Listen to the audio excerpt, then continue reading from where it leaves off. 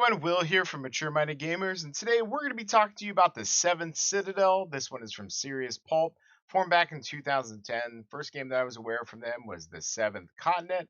This one has 8 days to go, 26,000 backers, 2.3, almost $2.4 million raised. The art looks absolutely amazing, just like the 7th Continent and What Goes Up Must Come Down expansion. You got some beautiful, again, artwork. You got a lot of cards going to be coming in the box, as well as looks like a mat here. It's a little life counter here, as well as looks like a mini. Nice little mat here. Ages 14 and up, 1 to 4, 1,000 plus hours. Why pledge now? Enjoy Kickstarter exclusive content, receive all stretch goals for free, and be among the first to play. Experience the campaign with us. So, yeah, so this is one of those things that why back now? One of the things they should really put on here is the only way you're going to get this version. They did this with the 7th Continent. We released the game. They said, oh, when the sucker come out in Kickstarter, blah, blah, blah, or come out in retail. And yeah, I mean, they released a regular version later, but it was not, didn't have all the same stuff. They even talked about at one point not even releasing the game to retail or even be able to get it unless you get it on Kickstarter. So yeah, if you want this game, I would really advise you go ahead and back it now. $69 or 69 euros, excuse me. Not a bad price at all. A lot of stretch goals here, more options for character, more equipment, more adventure, more replayability. You get the magnifying glass, you get the soundtrack, you get a couple extra of the fold out cards, which I'll go over here in a minute. And looks like a lot more to come. So for a total of over 1,000 cards, that's not bad. So as far as what's new, it's an original post-apocalyptic medieval fantasy universe. Your surviving here is no longer the heart of the game, which I didn't like in the 7th Continent, was really the crafting and the hunting side. I just wanted to go out and adventure and discover the story and try and whatever. Or this one was the die and retry. This is more of like you are a hero, you're going out and setting out on some sort of personalized quest or whatever, and you are going to be the hero of this grand story, and I like that. And it's less of the curses that are befalling you and the island and bringing you back to the 7th Continent. This is its own take, and it's a different twist on the game, and I like that with the same overall feel of how the game plays. A lot of people giving their reviews. The one that I value the most here, Adam Smith from Link Solo, really dig his content, so be sure to check out all of his great stuff. As far as the actual story here, the collapsing lands. So for the last 70 years, the Kelp Protectorate have been at war with a fearsome enemy, the Burrowers.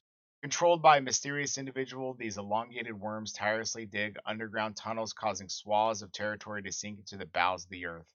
After years of helplessness, the Protectorate finally found a defense against the Scourge and the Necrodruids, men and women who rejected the sacred principle of the Druidic Order to draw upon blood and forbidding incantations. The Necrodruids used their blood rituals to create monstrous plant creatures capable of combating the Burrowers. In the Citadels, the Necrodruids' power centers, you grow and tend to the ambitions developed within, whose seeds are then spread all over the world to protect the territory against the Burrowers. Working as a slave gardener, you wish that a fatal accident or death by exhaustion would relieve you of your endless toil. And that sounds pretty grim. The world has clearly changed since the days of your forefathers. The collapsing lands are choked in gloom and dust belched up by the burrowers. The horrific plant creatures that were created to protect you have spread, sometimes out of control, and now just as much as a threat to humanity as the burrowers.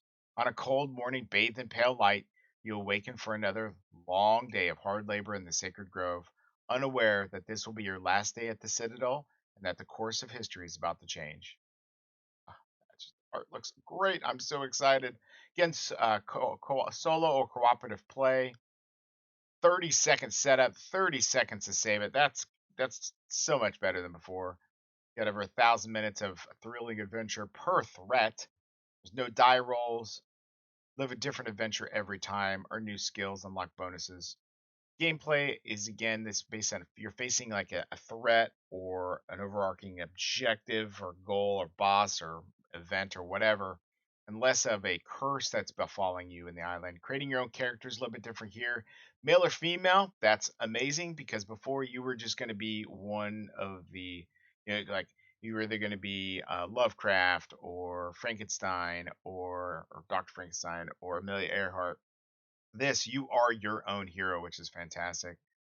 You got a personalized quest, you've got personalized skills, how you're going to tailor your character to be you. You explore this collapsing content that changes depending on the things that you do and the way you interact with the land itself. And specifically, also what you find. You may even find little hidden numbers on the map, which, have you pull up different cards out of the box, which is pretty awesome. As far as the actions that you can take, you notice that these are a lot fewer actions than what was in the seventh continent, so that's great.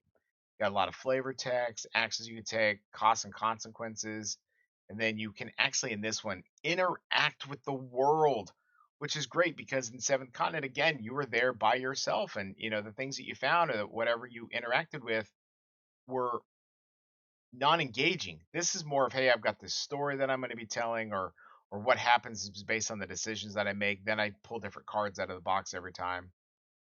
Some different ways to do combat, which is cool.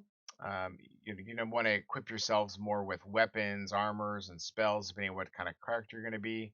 And then you've got this destiny track, which you're going to be able to go in any direction you want to go in, track your own destiny, increase and level up depending on how you want it to go.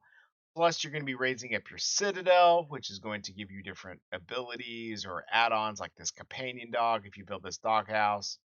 So really cool stuff there, as well as this map that's going to be changing depending on what you unlock. You're going to slide these cards into these little sleeves on this big map, which is going to change the world as well, which is really awesome.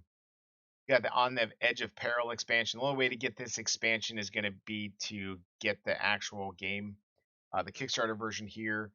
Um, this one comes with a couple dividers, 30 cards, and a rule sheet on how to use it. So oh man, so no spoilers. You got this little. That's great. You slip the Peril divider behind the 110 card. So whenever you take a terrain card stored after the divider, you must replace one expiration card attached to that terrain with one showing the Peril skull icon. That's great. Great. Rulebook is available to download. You can download it right now, and then people have played it. I wish I was one of them, but again, Adam Smith rolling solo. I've watched and have loved the content for this so far. A whole bunch of stretch gold, $69, $81, not a bad price at all. This is one expansion I'm definitely gonna be doing. The Knowledge is Power for $10.50. That's by all means. I've got to have all the extra stuff for this. Accessory Bundle is one I'm going to be doing based on everything that you get in this pack here. For 49 bucks, or excuse me, 49 euros, it's about almost $60. You get the journal, you get the playmat, you get the tracking sheets, and then you get four of the wooden card dividers. So let's talk about what each of those are. For $11, you can get the divider by itself. For $34, you can get four of them. Again, we think about that. That's half the cost of what you see here. Playmat, $18.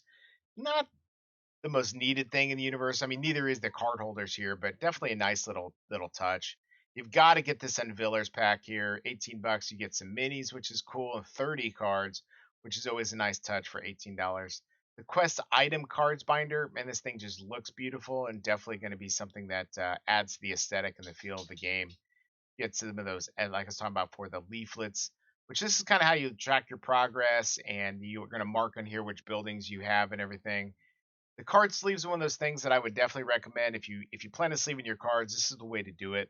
I know these card sleeves are a little bit higher quality than what I've seen from the Mayday card sleeves. I had actually some of those from the first Kickstarter, or from when I have this Seventh Continent, and I bought some of those card packs or those sleeve packs from Mayday, and they were just garbage.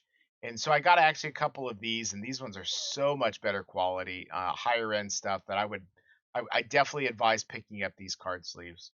Some stretch goals they've come really close to unlocking. Is going to be another one up top here, but they've got new creatures, new expiration cards, new luck cards, new side quests, new alternate states, new reflexes, new treasure, new basic skills, magnifying glass, as well as the soundtrack, new expiration cards, new alternate events, new weapons, a couple of free Citadel leaflets. Again, you're going to want these. If anything, make a copy with a copy machine, new exploration cards, and new cunning advanced skills.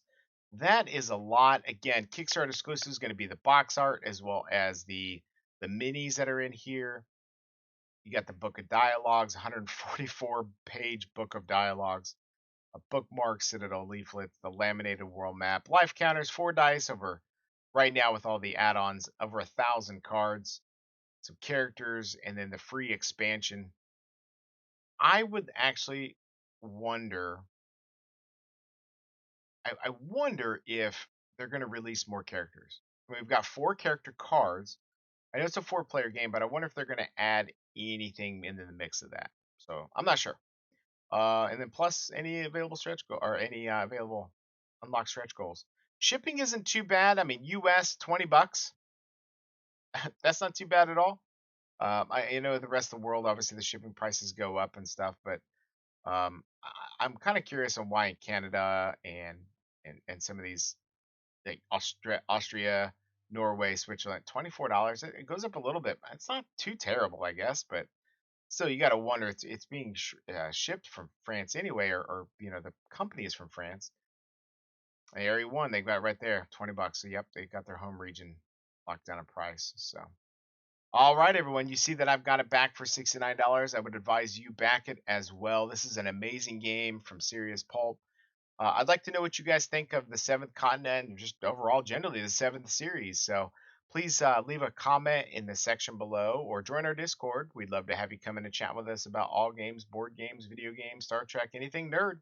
But until next time, everyone, be safe, take care, and talk to you later.